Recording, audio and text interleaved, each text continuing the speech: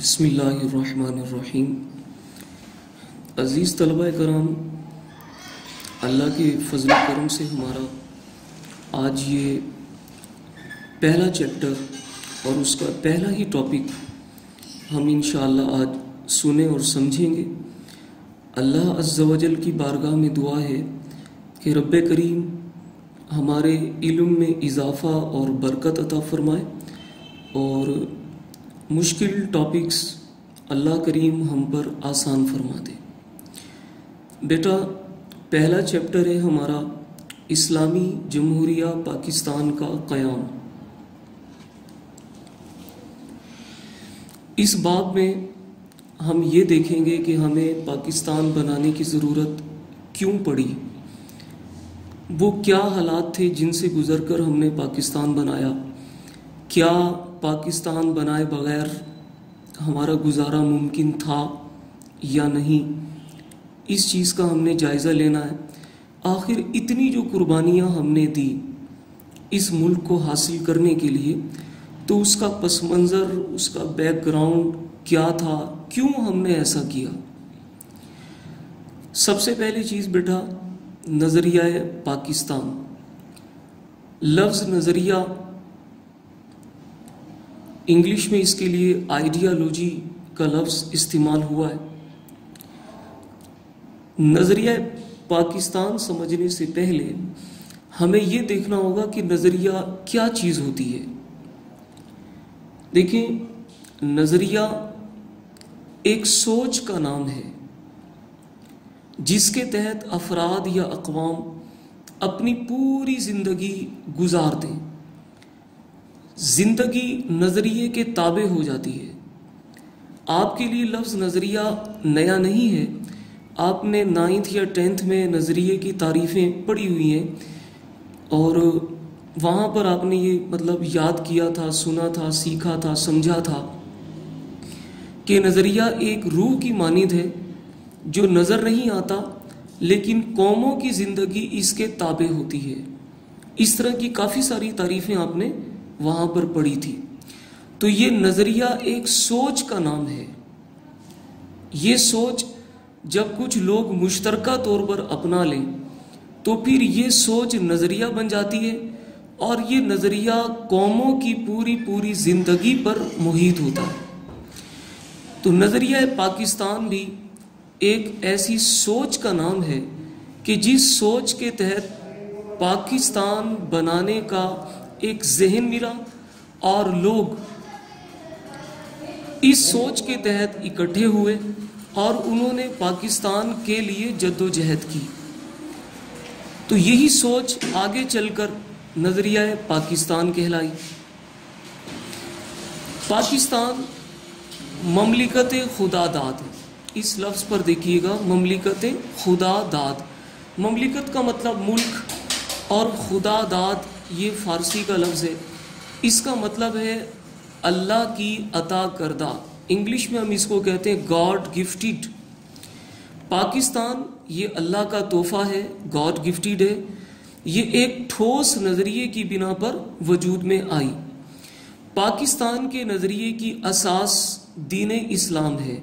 असास का मतलब होता है बेटा बुनियाद। तो पाकिस्तान के नज़रिए की बुनियाद दरअसल दीन इस्लाम है और इस्लाम एक कामिल और मुकम्मल दीन है। हम ये कहते हैं Islam is the complete code of life. Islam ज़िंदगी गुजारने का एक मुकम्मल ज़ाब्ता है जो मुसलमानों की ज़िंदगी के तमाम शोबों में रहनुमाई करता है। ये बात हम जानते हैं कि इस्लाम इतना मुकम्मल है कि पैदा होने से लेकर मरने तक हर मामले में, हर मौजू पर हमें रहनुमाई देता है। इवन के यहाँ तक कि जब बच्चा पैदा होता है ना, तो हमें फ़ौरन ये कह दिया जाता है, इस्लाम हमें ये सिखाता है कि हम बच्चे के कान में अजान दें ताकि उसे ये मालूम हो कि वो अल्लाह के फजल से मुसलमान घराने में पैदा हुआ। यानी पैदा होते ही इस्लाम हमारी ज़िंदगी पर नाफिज हो जाता है। हम मुसलमान बच्चे के कान में अजान देते हैं, उसका फिर अच्छा नाम रखते हैं, इस्लामी नाम, उसके बाद 7वें दिन अकीके की हम सुन्नत अदा करते हैं, और फिर उस बच्चे के लिए इस्लाम ने वालिदैन को कुछ फ़राइज़ सिखा दिए हैं कि आपने अब इस बच्चे की तरबियत इस अंदाज में करनी है। और यहाँ फौरी तौर पर इस्लाम ने वालिदैन के फ़राइज़ और औलाद के हकूक़ बता दिए। अब जैसे जैसे बच्चा समझदार होता है, बड़ा होता है, तो वो कहीं किसी स्कूल में जाता है पढ़ने के लिए, उस्ताद और शागिर्द के हकूक़ इस्लाम ने हमें दे दिए। अच्छा, उसके बाद जब वो अपने तालीमी कैरियर से बाहर आता है, अमली ज़िंदगी में कदम रखता है, तो यहाँ पर उसे अगर कारोबार करना है तो इस्लाम ने कारोबार के उसूल सिखा दिए, लेन देन कैसे करना है, नाप तोल में कमी नहीं करनी, मिलावट नहीं करनी। अगर वो मुलाजिम है तो मालिक और मुलाजिम के हकूक़ बयान कर दिए। अगर उसकी शादी होती है तो मियाँ बीवी के हकूक़ व फ़राइज़ का तयन कर दिया। अगर वो कहीं मतलब किसी घर में रहता है तो हमसायों के, पड़ोसियों के हकूक़ बयान कर दिए। फिर शहरियों के और हुकूमत के हकूक़ और फ़राइज़, इनका तयन कर दिया जाता है। और ज़िंदगी के कौन से मामलात ऐसे हैं जहाँ इस्लाम हमें रहनुमाई नहीं देता। तो यही चीज़ बेटा यहाँ कही जा रही है कि इस्लामी निज़ाम हयात इंसानी ज़िंदगी के तमाम पहलुओं का इहाता करता है। यानी वो बात यहाँ हमें समझ में आ गई होगी कि Islam is the complete code of life. ये मुआशरती ज़िंदगी, यानी हमारा जो सोशल इंटरएक्शन है, मुआशरे में दूसरों के साथ मेल जोल, हमारी अखलाकियात किस किस्म की होनी चाहिए, इस्लाम ने हमें इस पर भी रहनुमाई दी। हम सियासत किस तरह कर सकते हैं, इस्लाम हमारी यहाँ भी रहनुमाई कर रहा है। मज़हब के हवाले से मुआशी शोबे, मुआश कहते हैं कारोबार, रोज़गार, सोर्स ऑफ इनकम, इन शोबों के हवाले से भी इस्लाम ने हमें बुनियादी उसूल दे दिए हैं।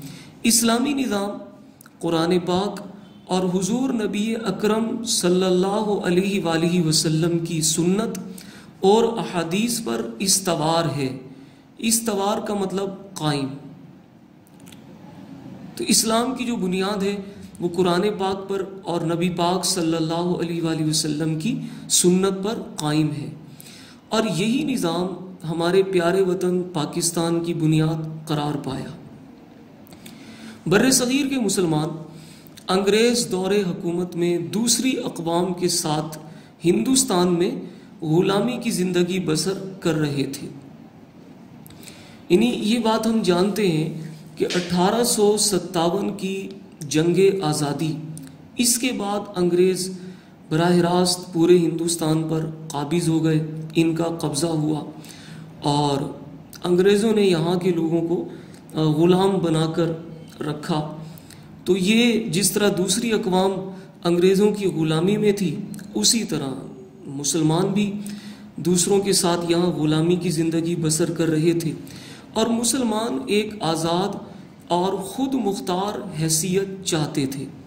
लेकिन अंग्रेज़ों की ग़ुलामी से छुटकारा पा लेने के बाद भी हम मुसलमानों को अपने मकसद के हुसूल में कामयाबी दिखाई नहीं दे रही थी।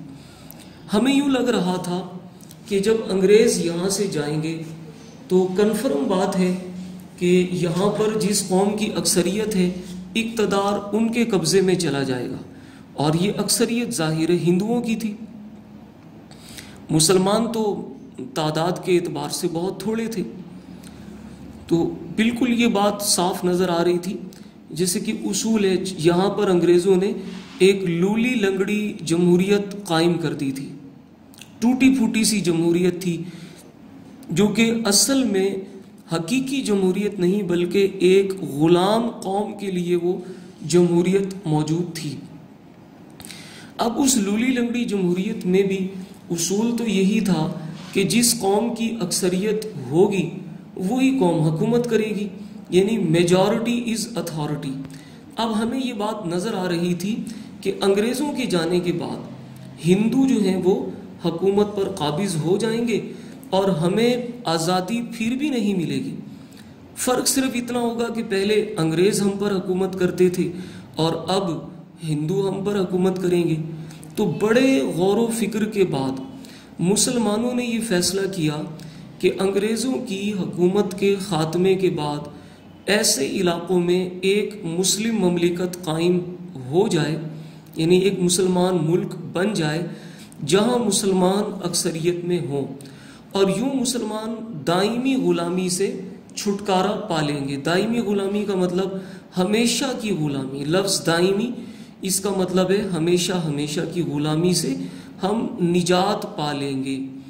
और एक मखसूस खित्ता ज़मीन पर, एक मखसूस ज़मीन के टुकड़े पर दीन इस्लाम के उसूलों के मुताबिक निज़ाम राइज करने में भी हम कामयाब हो जाएंगे।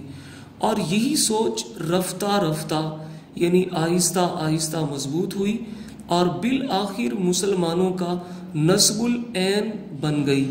नस्बुल ऐन का मतलब ज़िंदगी का मकसद। ये अरबी का लफ्ज़ है नस्बुल ऐन, और इसका मतलब है ज़िंदगी का मकसद। मंजिल को पाने के लिए, यानी अलहदा मुल्क ये हमारी मंजिल थी। इस मंजिल को पाने के लिए मुसलमानों ने एक अजीम तहरीक का आगाज़ किया। अलहदा इस्लामी ममलिकत का क़याम एक मकसद बना, और यही मकसद आगे चलकर नज़रिया पाकिस्तान की तख्लीक का बाइस बन गया। तो नज़रिया इस्लाम ही दरअसल नज़रिया पाकिस्तान है। यानी कोई हमसे पूछे कि नज़रिया पाकिस्तान दरअसल क्या है, तो हम यही कहेंगे कि नज़रिया इस्लाम ही दरअसल नज़रिया पाकिस्तान है। और इसको समझने के लिए यूँ कहें कि हमने एक नारा लगाया था क़याम पाकिस्तान से पहले कि पाकिस्तान का मतलब क्या, ला इलाहा इल्लल्लाह। ये नारा इस सोच की नुमाइंदगी करता है। यानी उस वक्त लोग हमसे पूछते थे हिंदुस्तान में, भाई आप पाकिस्तान क्यों बनाना चाहते हैं, इस पाकिस्तान का मतलब क्या होगा। तो एक सीधा साधा हमारा जवाब था कि हम पाकिस्तान इसलिए बनाना चाहते हैं ताकि हम इस्लाम के उसूलों पर अमल कर सकें। और इसको हमने एक नारे की शक्ल दी। पाकिस्तान का मतलब क्या, ला इलाहा इल्लल्लाह मुहम्मदुर रसूलुल्लाह सल्लल्लाहु अलैहि वसल्लम। तो ये जो जुमला यहाँ लिखा हुआ है नज़रिया इस्लाम ही नज़रिया पाकिस्तान है, तो इसका मतलब यही है कि हमने इस्लाम पर अमल करने के लिए ही पाकिस्तान बनाया, क्योंकि हिंदुस्तान में रहते हुए हम इस्लाम के तमाम तर उसूल व ज़वाबित पर अमल नहीं कर पा रहे थे। हज़रत मुजद्दिद अल्फ सानी, हज़रत शाह वलीउल्लाह, अहमद शहीद, सर सैयद, अल्लामा मोहम्मद इकबाल और कायद जैसी अजीम हस्तियों ने इस पौधे की आब यारी की, यानी इस नज़रिए को परवान चढ़ाया। ये पौधे की आब यारी करना असल में एक मुहावरा है। आब यारी होता है पानी देना। किसी भी पौधे को परवान चढ़ाने के लिए, नशोनुमा देने के लिए हम उसको पानी देते हैं, उसकी केयर करते हैं। इस अमल को कहा जाता है आब यारी करना। तो कहते हैं कि इन लोगों ने, इन अजीम हस्तियों ने इस पौधे की आब यारी की, यानी इस नज़रिए को परवान चढ़ाया। उनका ख्वाब था कि मुसलमान इस्लामी मुआशरत यानी इस्लामी तौर तरीके, रहन सहन, इस्लामी सकाफ़त यानी कल्चर, मईशत यानी कारोबार, निज़ामी ज़िंदगी और अखलाकियात पर मबनी निज़ाम राइज करें। यानी एक ऐसा इस्लामी मुआशरा हम कायम कर लें जहाँ पर इस्लाम के तमाम तर उसूल राइज हों, और ये ख्वाब साल हा साल की काविशों यानी कोशिशों, काविश का मतलब कोशिश, साल हा साल की कोशिशों और कुर्बानियों के बाद शर्मिंदा ताबीर हुआ यानी पूरा हुआ। शर्मिंदा ताबीर होना ये मुहावरा है, और इस मुहावरे का मतलब है उस ख्वाब का पूरा होना। अब इस हवाले से हम स्टेप बाय स्टेप इस चीज़ का जायज़ा लेंगे कि इन मुख्तलिफ शख्सियात का नज़रिया पाकिस्तान के हवाले से क्या तसव्वुर था। इसमें जनाब सबसे पहले कायदे आज़म को यहाँ पेश किया गया है कि कायदे आज़म ने नज़रिया पाकिस्तान के हवाले से क्या कहा। वो बतले अजीम, यानी वो अजीम शख्सियत, बतल का मतलब शख्सियत, वो अजीम शख्सियत जिसने मुसलमानाने बर्रे सग़ीर को, यानी बर्रे सग़ीर के मुसलमानों को बावक़ार और महफूज मकाम तक पहुँचाया और एक अलहदा मुस्लिम ममलिकत यानी मुसलमान मुल्क के क़याम का तसव्वुर अमली शक्ल में ढाल दिया, वो कायद ही की हस्ती थी। उन्होंने नज़रिया पाकिस्तान की वजाहत इन अल्फाज में की, पाकिस्तान तो उसी रोज़ वजूद में आ गया था जब पहला हिंदू मुसलमान हुआ था। अच्छा, इस जुमले को अगर हम यूं पढ़ें कि पाकिस्तान बनाने की ज़रूरत उसी दिन पेश आ गई थी जब पहला हिंदू मुसलमान हुआ, तो ये जुमला हमें ज़्यादा आसानी से समझ में आ जाएगा। यानी हो सकता है इस जुमले से, ये जो किताब में लिखा हुआ है, इस जुमले से किसी स्टूडेंट के जहन में ये कन्फ्यूजन पैदा हो जाए कि पाकिस्तान तो उसी रोज़ वजूद में आ गया था जब पहला हिंदू मुसलमान हुआ। तो फिर वो ये सोच सकता है बच्चा, कन्फ्यूजन ये हो सकती है कि जब पहला हिंदू मुसलमान हुआ तो पाकिस्तान तो बन गया था, फिर 1947 में हमने कौन सा पाकिस्तान बनाया। तो असल में इस जुमले को अगर हम यूं समझ लें कि पाकिस्तान बनाने की ज़रूरत उसी दिन पड़ गई थी जब पहला हिंदू मुसलमान हुआ। पाकिस्तान बनाने की ज़रूरत उसी दिन पड़ गई थी जब पहला हिंदू मुसलमान हुआ। ये जुमला मैं आपको लिख कर इन कैमरा दिखा देता हूँ। पाकिस्तान बनाने की आप नोट भी कर लेंगे, ज़रूरत, पाकिस्तान बनाने की ज़रूरत उसी दिन पड़ गई थी जब पहला हिंदू मुसलमान हुआ। ये बेटा मैं आपको कैमरे में ये दिखा भी देता हूँ। देखिए ये जुमला, पाकिस्तान बनाने की ज़रूरत उसी दिन पड़ गई थी जब पहला हिंदू मुसलमान हुआ। ये जुमला इस तरह से अगर आप पढ़ लेंगे तो इंशाल्लाह ये आपके लिए समझना आसान हो जाएगा। अब पहला हिंदू कब मुसलमान हुआ, ये बड़ी सादा सी बात है कि नबी करीम सल्लल्लाहु अलैहि वसल्लम की हयात ज़ाहिरी ही में यहाँ पर इस्लाम मौजूद था। सहाबा कराम अलैहिम रिदवान इस खित्ते में तबलीग दीन के लिए तशरीफ़ लाए थे। तो यूँ कहें कि इस्लाम अपने आगाज़ से ही हिंदुस्तान में फैलना शुरू हो चुका था। तो सहाबा कराम अलैहिम रिदवान तशरीफ़ लाए थे। आज भी हमारे इस पाकिस्तान में बहुत से सहाबा कराम अलैहिम रिदवान के जो मज़ारात हैं वो मौजूद हैं। तो ये दलील है इस बात की कि हुजूर सल्लल्लाहु अलैहि वसल्लम के सहाबा ने यहाँ पर दीन इस्लाम की तबलीग फरमाई थी। और ये तो हम कन्फर्म जानते हैं कि मोहम्मद बिन कासिम 712 ईस्वी में यहाँ तशरीफ़ लाए, 712 ईस्वी में। और मोहम्मद बिन कासिम की ये जो आमद है इसमें और नबी पाक सल्लल्लाहु अलैहि वसल्लम के पर्दा फरमाने में कोई ज़्यादा फासला नहीं है, कोई ज़्यादा दूरी नहीं।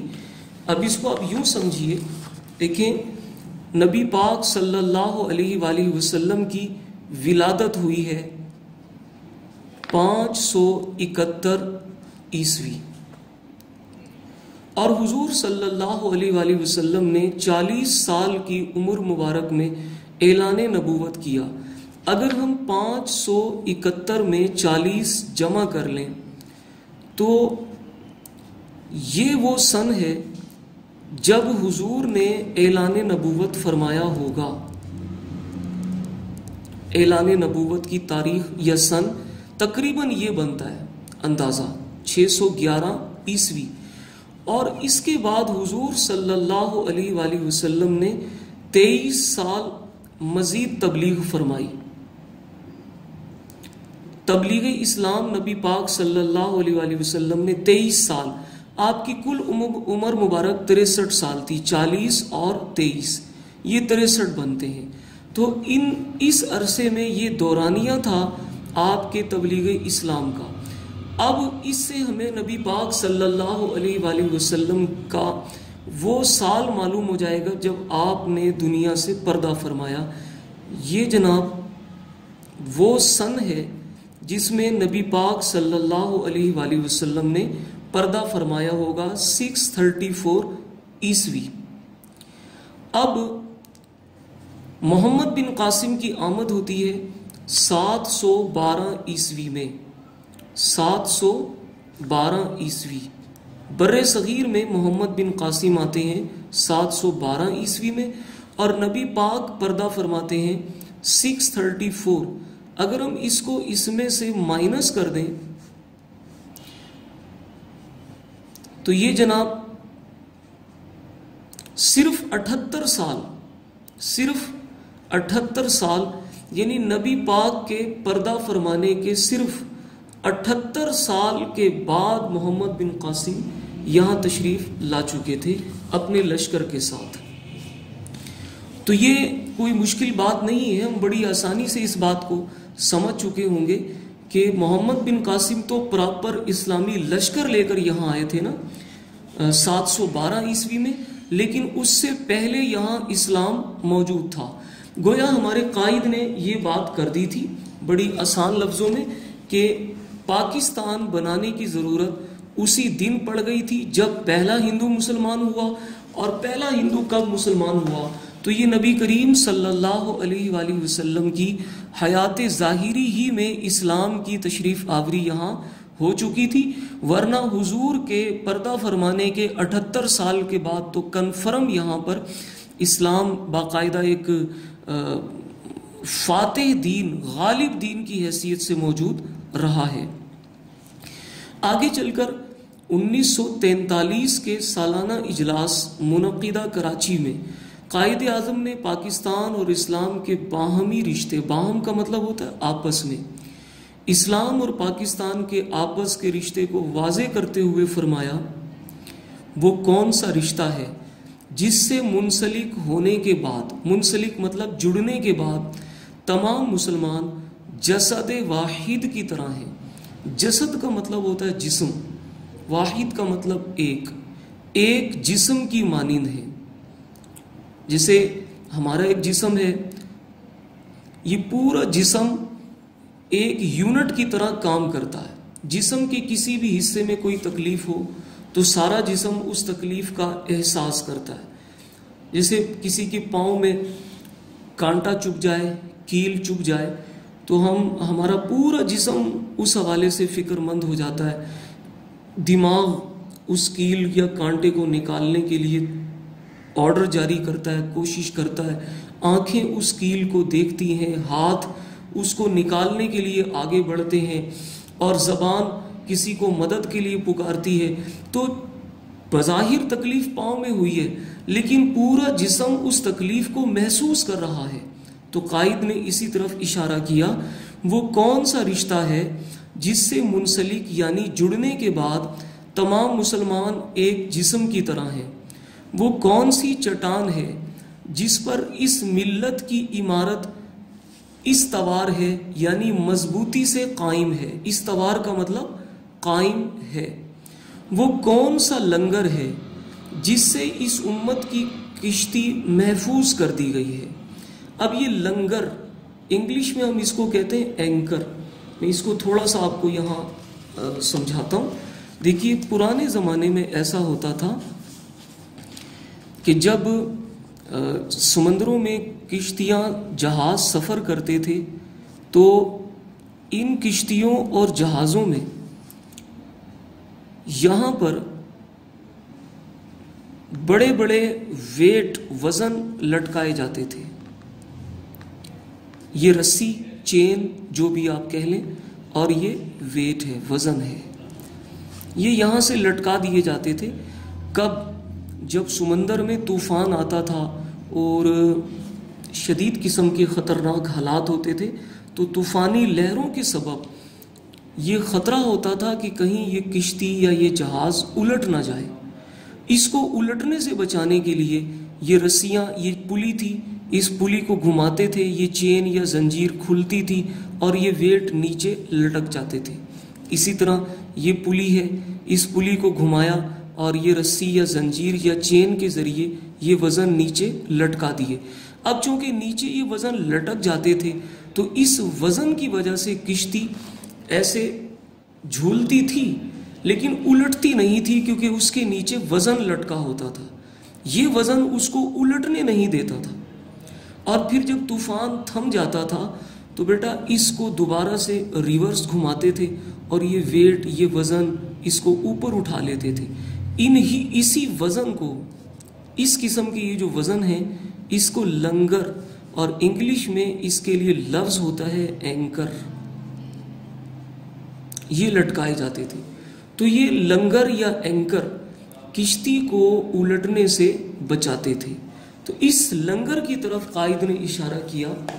वो कौन सा लंगर है जिससे इस उम्मत की कश्ती महफूज कर दी गई? फिर खुद ही इसका जवाब दिया, वो रिश्ता, वो चट्टान, वो लंगर अल्लाह की पाक किताब कुरान मजीद है। यानी कुरान वो किताब है, वो ज़ाब्ता है जिसने मुसलमानों की पूरी कौम को एक किया हुआ है और इसने मुसलमानों को महफूज किया हुआ है। मार्च 1944 में तलबा से मुखातिब होते हुए आपने फरमाया, हमारा रहनुमा इस्लाम है और यही हमारी ज़िंदगी का मुकम्मल ज़ाब्ता है, यानी कानून है। नेक्स्ट पेज बेटा, सफ़ा नंबर 2।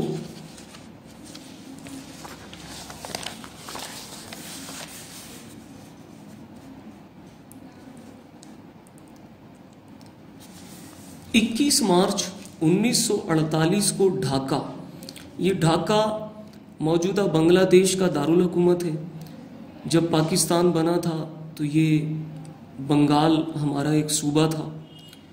1971 में 16 दिसंबर 1971 को ये बंगाल हमसे कट कर बांग्लादेश बन गया।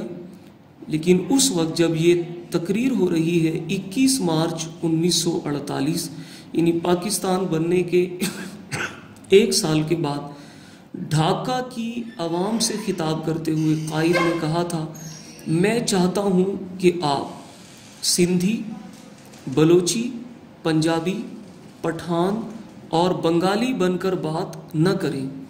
ये कहने से आपको क्या फ़ायदा हासिल होता है कि हम पंजाबी हैं, हम सिंधी हैं या हम पठान हैं, बल्कि यूँ ना कहें, यूँ कहें हम तो सिर्फ मुसलमान हैं। यानी कायद ये चाहते थे कि कौमियत परस्ती निकल जाए, सूबाइयत परस्ती निकल जाए। अब पंजाबी, सिंधी, बलोची अपने आप को ना कहलाएं, इससे कौम के अंदर जो इत्तेहाद है वो कम और कमज़ोर हो जाएगा। आप बस यूँ कहें कि हम मुसलमान हैं और पाकिस्तानी हैं। अपनी शनाख्त सूबे को ना बनाएं, यानी सूबे की बुनियाद पर अपनी शनाख्त जो है वो ना बनाएं। अलीगढ़ में खिताब करते हुए नज़रिया पाकिस्तान को इन अल्फाज में वाज़े किया कि पाकिस्तान के मुतालबे का मुहर्रिक, मुहर्रिक कहते हैं मोटिव, वजह, सबब। पाकिस्तान के मुतालबे का मुहर्रिक यानी वजह और मुसलमानों के लिए जुदागाना ममलिकत यानी अलहदा मुल्क की वजह क्या थी? तकसीम हिंद की ज़रूरत क्यों महसूस हुई? इसकी वजह हिंदुओं की तंग नज़री भी नहीं है और ना ही अंग्रेज़ों की चालबाजी या मक्कारी, बल्कि ये तो इस्लाम का बुनियादी मुतालबा है। यानी कायद ने ये कहा कि हमने हिंदुओं से तंग आकर पाकिस्तान नहीं बनाया, हमने अंग्रेज़ों से तंग आकर पाकिस्तान नहीं बनाया, बल्कि ये तो इस्लाम का बुनियादी मुतालबा है। कायद ने बर्रे सगीर के तारीखी तनाजुर का मतलब पस मंज़र, बैकग्राउंड, इंग्लिश में हम इसको कहते हैं बैकग्राउंड।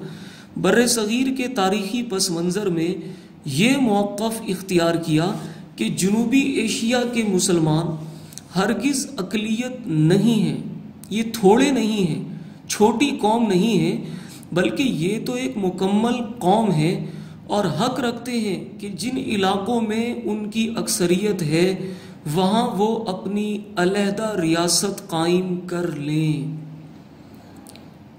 यानी इस्लाम की एक ये बुनियादी ज़रूरत है। इस्लाम नामुकम्मल दीन तो नहीं है। हमने लेक्चर के शुरू में ये बात सुनी और समझी थी कि Islam is the complete code of life. Islam ज़िंदगी गुजारने का एक मुकम्मल ज़ाब्ता है। इस्लाम के अपने कैलेंडर हैं, अपने त्यौहार हैं, अपने कानून हैं। इस्लाम ने पैदा होने से लेकर मरने तक हर मौजू पर, हर पहलू पर हमें रहनुमाई दी है। हमारे त्यौहार अपने, कैलेंडर अपने, हमारे कवानीन अपने हैं, अदालती निज़ाम हमारा अपना है, मुआशी निज़ाम यानी कारोबार करने के तरीके हमारे अपने हैं, ज़िंदगी गुजारने के तरीके हमारे अपने। तो इतना मुकम्मल दीन, तो अब इसको किसी दूसरे दीन के साथ रहकर वक्त गुजारना इसके लिए मुमकिन नहीं। इस्लाम आज़ादी चाहता है, दूसरों के साथ इसके फॉलोअर्स का गुजारा नहीं हो सकता। इसलिए कायद ने कहा कि मुसलमान एक मुकम्मल कौम है और हक रखते हैं कि जिन इलाकों में उनकी अक्सरियत है वहाँ वो अपनी अलहदा रियासत कायम कर लें। उम्मीद है बेटा आपको ये चीज़ समझ में आ गई होगी। और इस टॉपिक में, इस लेक्चर में कोई ऐसी बात रह नहीं गई जो आपको समझ ना आती हो। अगर कहीं कोई कन्फ्यूजन हो, कोई परेशानी हो, कोई चीज़ समझ में ना आ रही हो तो बेटा आप मोबाइल नंबर्स पर राब्ता कर सकते हैं समझने के लिए। आपकी सहूलत के लिए नंबर जो हैं वो मैं यहाँ लिख रहा हूँ ताकि आप बात करके कोई चीज़ समझना चाहें तो समझ सकें। जोंग पर अगर आप कांटेक्ट करना चाहें तो उसका ये नंबर है बेटा। जैज़ पर अगर आप राब्ता करना चाहें तो उसका ये नंबर है।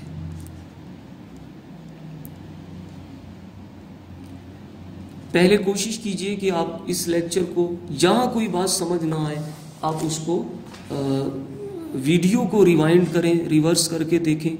उम्मीद है समझ में आ जाएगी। ना समझ में आए तो आप गाइडलाइन ले सकते हैं। अल्लाह करीम आपके लिए ये समझना, समझाना और इसको याद करना रब्बे करीम आसान फरमाए और इस लेक्चर को आपके लिए नफ़ा बख्श बनाए। आमीन। अस्सलामु अलैकुम व रहमतुल्लाह।